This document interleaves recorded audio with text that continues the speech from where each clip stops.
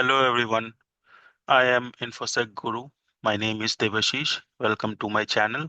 So today we are going to discuss about ITGC audits and what are the checklists to follow when you are performing an ITGC audit. Okay, so before I start, let me give you a brief introduction about ITGC audit.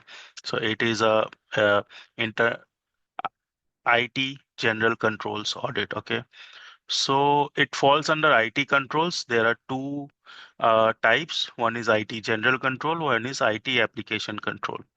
Okay, so we are today discussing about IT general controls. And so what is IT general control? It is not a framework or it is not a standard. There is no set parameters to follow. So every company would have their own parameters. This depends on their internal audit team and the regulations and the regulatory guidelines which they follow, but you can keep adding more controls in IT general controls. It is kind of a common control criteria. So let's quickly move on to the checklist. As you can see, today I am in Excel, so it would be a practical approach and nothing would be theoretical. So as you can see, I have written down all the controls which are quite common in ITGC control, okay? And then we have risk associated to it. We have control checklist, and also I will let you know what are the applicable documents and controls which will satisfy the control requirement, okay?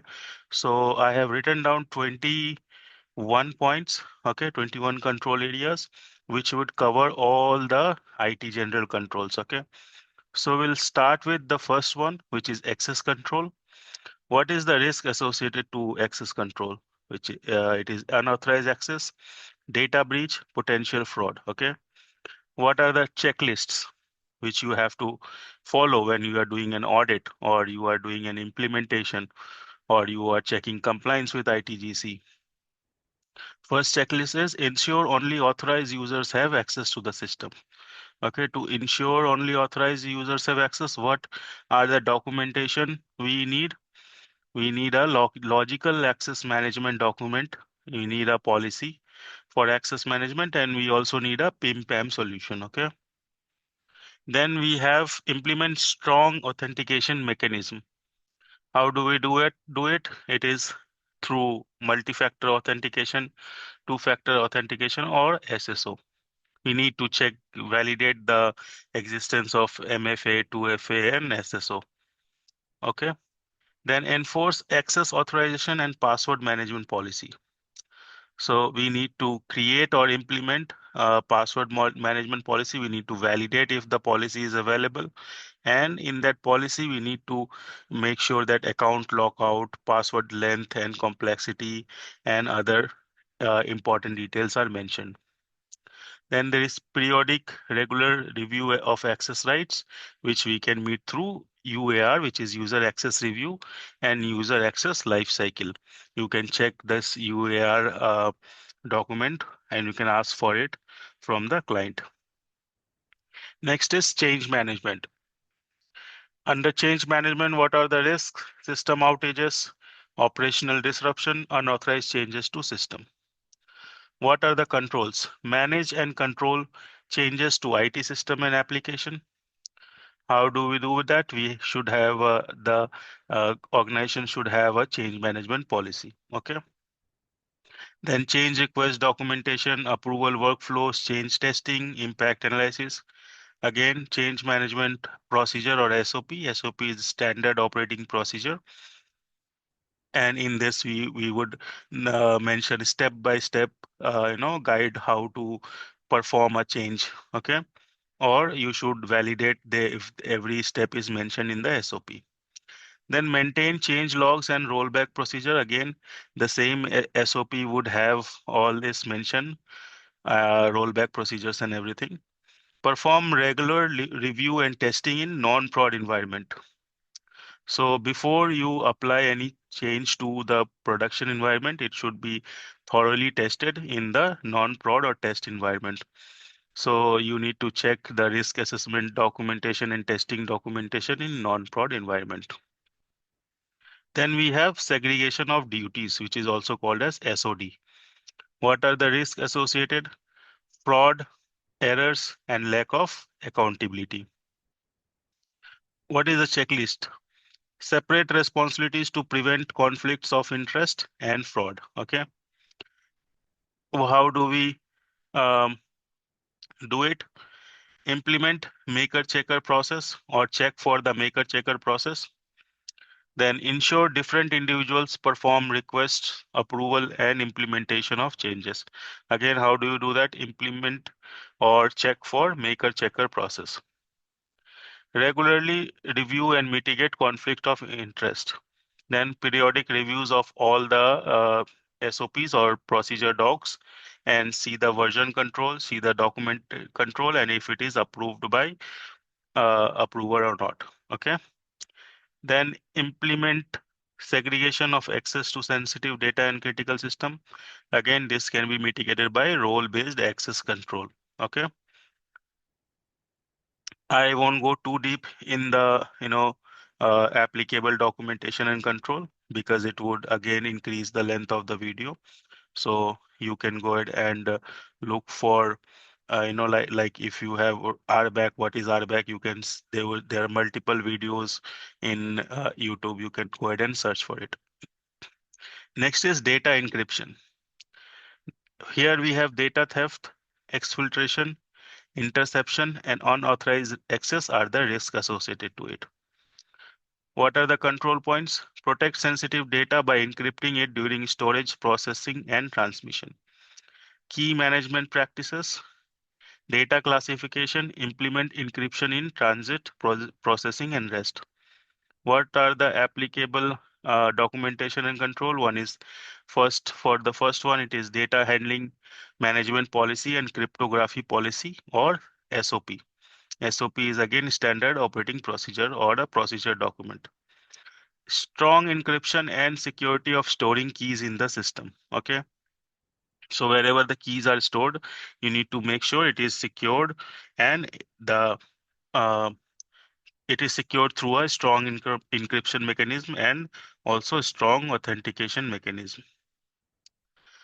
Then for data classification, we would have data classification and labeling policy and procedure. For encryption in transit, processing, and rest, we can ensure that SSL TLS is implemented and there is strong encryption and access control of data, backup drives, and databases. Okay. Then we have incident response. Delayed response to incident, increased damage, and potential loss. These are all the risks associated to it. How do we, what are the controls? Plan and respond to IT security incidents. Develop and maintain an incident response plan.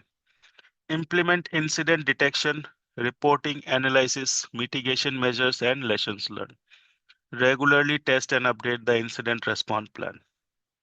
What are the documentation? Incident management policy, IR plan.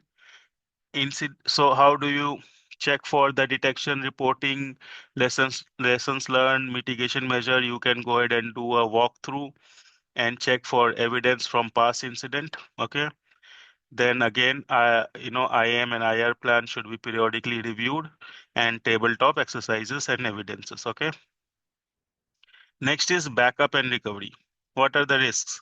Data loss, inability to recover critical information, business disruption, ransomware. Ransomware can, to mitigate a risk for ransomware, we should have a proper backup and recovery. So what are the controls? Ensure data is regularly backed up and can be covered. Perform regular backups, test backups, store them offsite. Develop BCP-DR plan and define RTO and RPO. Regularly review and update backup and recovery procedures. What is the documents we would look for? We will look for backup evidence, backup failure, and restore report. Then offsite backup is available. We'll check for the evidence. BCP-DR plan and policy is available, and RTO, RPO is mentioned there. And periodic reviews of the policy. Okay. document version, and last review date. This all you have to check, okay, and it is approved or not, okay. And also, when you test the backup, you need to make sure during the test RTO and RPO is met. Okay, if it is not met, then they have to change or they have to modify their DR and BCP plan and policy. Okay. Next is system monitoring. Undetected security breaches, system breaches and failures, availability issue, and log monitoring. All these are risk associated. Okay. Then continuously monitor IT system for unusual activities. This is the control. So what you will do, you will check walkthrough of system monitoring process and see if it is monitoring or not. Okay. Implement real-time monitoring, log management, IDS, and other monitoring tools. So you will check for the implementation like IDS, IPS, WAF, SIM, EDR, all these are checking and monitoring or not. Okay. Use automated tools for continuous monitoring and alerting. So you can see for SIM tool, if it is continuously monitoring and alerts are there, you can check alerts. So there are multiple tools for DOS, DDoS. Though WAF also does that, but you can also check for it. Okay. You need to check for the incidents, you need to check for the alerts and how it is being mitigated. Then there is physical security. What are the risks? Theft of hardware, physical damage to the system, unauthorized physical access. What are the controls? Protect physical IT assets from theft, damage, or unauthorized access. So for this, we need to check first about on the policy and procedure, physical security policy and procedure of the organization. Use access control system, so we can go ahead and do a physical walkthrough of the organization and check if the controls are present, like the cameras are there, environmental controls like fire extinguishers, sprinklers, fire alarms, all are there, security guards are there or not. You can check if cameras are working or not. Okay. Then again, physical security audits, we can do the audit drills and review report. We can check that periodic drill and review report and maintenance report. Okay. Then there is patch management. So what are the risks? Vulnerabilities due to unpatched systems. Increased risk of cyber attack, right? So if there are vulnerabilities, there would be increased risk of someone exploiting the vulnerabilities and doing an attack. What are the controls we need to check regarding patch management? Regularly apply security patches and updates to IT system. Test patches in a control environment before deploying. Track applied patches and use automated patch management tools. Then schedule regular patching cycles and emergency patches for critical vulnerabilities. What are the controls we need to look for? First, the policy and procedure document. Then we can go ahead and do a walkthrough with the patch management team. And we can also sample check some patch change tickets if everything is being tracked, if it is being tested before deployment or not. Then we can check also a patch compliance report wherein we would know how much system is being patched and which systems are not being patched, what is the issue, and other things. Okay. Okay. Next is data retention. So the risks are data hoarding, legal and compliance issues, insufficient storage usage. Okay. What are the controls? Implement and enforce data retention policies to manage information lifecycle. Classify data, define retention schedules, archive unused data, and securely dispose of data. Okay. So, and regularly review and update data retention policies. Now, what are the checklist or what are the controls we need to look for? First, we need to look for policies and procedure document, okay, for data retention and disposable. This policy and procedure document will look for all the controls because everything has to be done via the policy, okay. So if there is a policy or procedure document, we need to check if the organization is following the policy, following the procedure. So that way we can go ahead and do the walkthrough and see if there are any deviation from policy and procedure We need to check the tickets or any request numbers where in they have they uh, done the retention or disposable at uh, as required by the policy and procedure. Is there any deviation?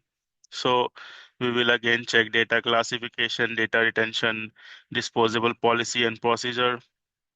Then document control and version check for the policy and procedure document, and last review date, and see if it is approved or not. Normally, all the policies should be reviewed annually or as in when any major change happens.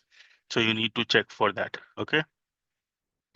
Then next is network security. What are the risks? Network breaches, malware infections, data theft, exfiltration. Okay. Let's come to the control points. Protect network infrastructure from unauthorized access and attacks, implement firewall configuration, VPN, network segmentation, and wireless security measures. Regularly review and update network security policy and configuration.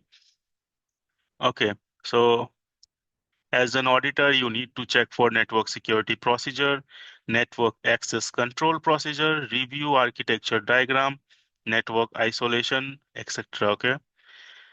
You need to also do the walkthrough of the network with the NetOps team or the network team. Then you need to check if there are periodic reviews are being done for network security policies and procedures. Firewall rules are being reviewed periodically. Network configurations are being reviewed. And if there is any automated tools to monitor network issues, okay? If there is a NOC team who is monitoring it or not. So all these things you need to check. Being an auditor, you need to first everything for any control, you have to ask for policy and procedure, and then accordingly you will do the audit. Okay. Next is vendor management. What are the risks? Risk from third-party vulnerabilities, supply chain risk, contractual non-compliance. Controls: access assess and monitor third-party vendors for compliance and security. Include security in privacy clauses in contracts, conduct regular audits and maintain vendor assessment, implement a vendor risk management program. So you will have to check for TPRM policy and procedure and periodic vendor SOC 2 and other audit reports review are being done or not. And then you have to check if NDA, MSA, and SLA has the basic security and privacy clauses. Okay, you need to check these agreements. And then if there is a manual audit or external audit report available for the vendor, there are multiple external audits which are done for the service providers, which are SOC 1, SOC 2. We can check for ISO report. We can check for SOX or NIST audits, which the vendor normally does. Okay. Earlier, uh, the organization needs to do manual audit for the service provider, but nowadays we have many standards which are specifically for the service provider, where they have standard guidelines, and you can just check for those external audit reports and identify if there is any issues or not. Okay. Then next is configuration management. What are the risks? Misconfiguration leading to vulnerabilities, and then it can lead to exploitation. Then system failures can happen because of different configuration. What are the controls? Ensure proper configuration of systems to prevent unauthorized changes. Define baseline configuration, monitor for unauthorized changes, and conduct regular configuration review. Use automated configuration management tools. Again, starts with policies and procedure. Then you have to check for system hardening docs. What is the system hardening and baseline configuration they are using, and the health check report. So, uh, what is a health check? Health check is, periodically every organization needs to do a health check of their systems on the basis of the system hardening documentation or the configuration management documentation. If there is any deviation to the configuration or baseline configuration, or not. Okay, if there is any deviation, we need to go ahead and mitigate it. There are a lot of automated tools which perform health check, or you can also go ahead and do a manual health check. So there are scripts which you can run for different OS, and that way, and as an auditor, you can check these reports and identify if there are any gaps or not. Then remote access controls. What are the risks? Unauthorized remote access, potential data breaches. What are the controls? Secure remote access to systems with MFA. Maintain access logs and enforce session timeouts for remote connection. Regularly review and update remote access policies. What are the evidences or control points you need to look as an auditor? You need to check if MFA is there for VPN and other remote access tools, and there should be rules which in the SIEM tool which alerts if there is any access to critical system or if there is any modification. Okay, and then you can also validate some sample tickets. Then again, for the policy and procedure, you need to check for the version, the document control, last review date, and if it is approved or not. Okay. Next is capacity management. What are the risks? System overload, performance issues, and downtime. Okay. Control. Monitor and manage IT system capacity to handle growth and avoid bottleneck. Okay. So uh, every organization should monitor and manage their IT system to uh, you know to make sure if they are growing, their system's capacity is able to handle that growth, and there should be no bottlenecks. Okay. Implement resource monitoring, scalability planning, and resource allocation based on priority and usage patterns. Conduct regular capacity planning reviews. Okay. Then what are the uh, documents or evidences which you need to check? First is again the capacity management policy and procedure documents. Okay. Then check for tools or process which is used to monitor performance and capacity and alerting. So you need to check if there are any automated tool, or if an IT associate or IT technical person is doing it manually, but he needs to monitor the performance, what is the capacity, CPU capacity, and it should also be capable of alerting if there is any deviation or if there is any critical issues. Okay. In capacity, it not just the performance or the CPU usage. You also need to make sure that the storage is fine, and storage, you have enough storage to make sure your business is running. Then periodic proactive and reactive capacity review evidence. So business should have a proactive and reactive capacity review on periodic basis. Some business can have quarterly, some business can have half yearly, depending on their business environment. But they should at least do a review so that they are ahead of any capacity, breakdowns, or if there is any business spike, like if they are into a e-commerce website. So if there is any festivals, or they need to make sure that their capacity is ahead of the users which would be you know trying to buy something from their e-commerce website. Then next is malware protection. What are the risks? Malware infection, data corruption, system compromise.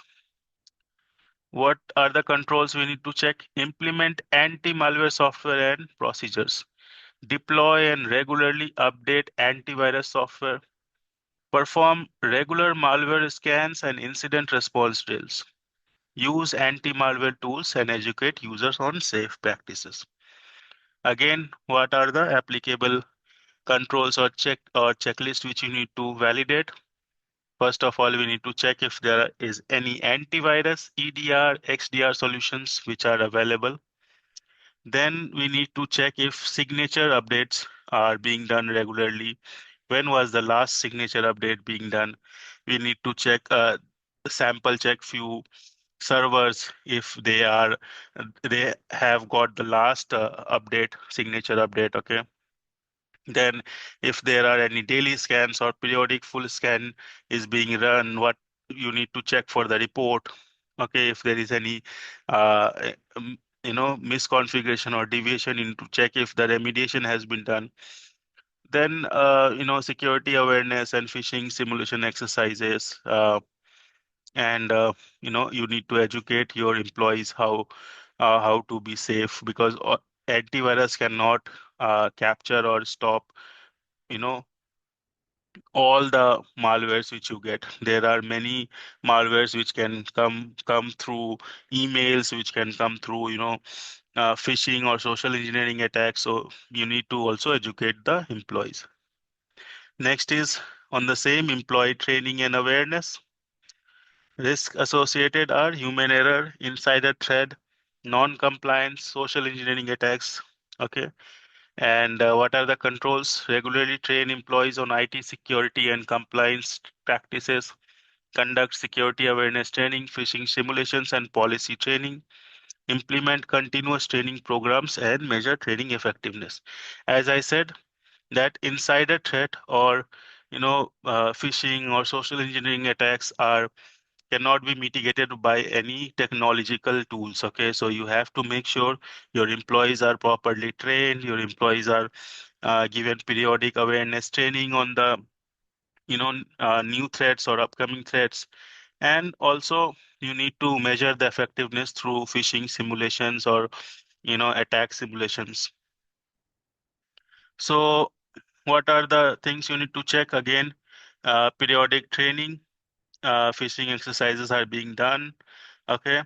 And then phishing simulation exercises, check the report if it is improving, if users behavior is improving. You can also conduct periodic dipsticks to check if users are aware of the policies, procedures, and common threats. Okay. Next is disaster recovery planning. So what are the risks? Prolonged outages, loss of critical data, inability to recover from disasters. Controls are develop and maintain a disaster recovery plan to ensure business continuity. Regularly test the plan and integrate it with business continuity planning. Conduct regular drills and update the plan based on the test result. What are the controls? Again, look for BCP-DR policy and plans. Check if the organization is doing regular drills and conducting tests for business continuity and disaster recovery. And again, as I've said earlier, you need to compare the RTO, RPO, of the test or the drill with the policy. If business is able to meet it, if they are not able to meet it, either they should update the policy or they need to change something on the how they are performing the drill, or what is the issue they need to mitigate it to meet the RTO, RPO requirement. If they are not able to meet it in drills, how in the real life they will be able to meet it? So you need to, as an auditor, you need to make sure they are able to do it. Okay. Next is logging and audit. What are the risks? Unnoticed security breaches, unauthorized activities, lack of accountability. What are the controls? Maintain logs of system activities and regularly audit these logs. Implement comprehensive login, conduct regular audits, and define log retention policies. And use automated log aggregator and analysis tool. So again, first of all, we need to check for log collection and retention, if it is being collected and if it is being retained as per the regulatory requirement or not. Okay.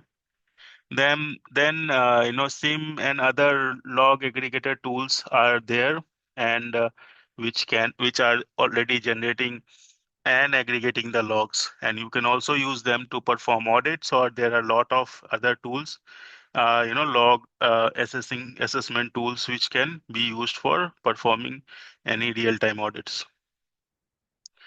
Then is second last would be password management.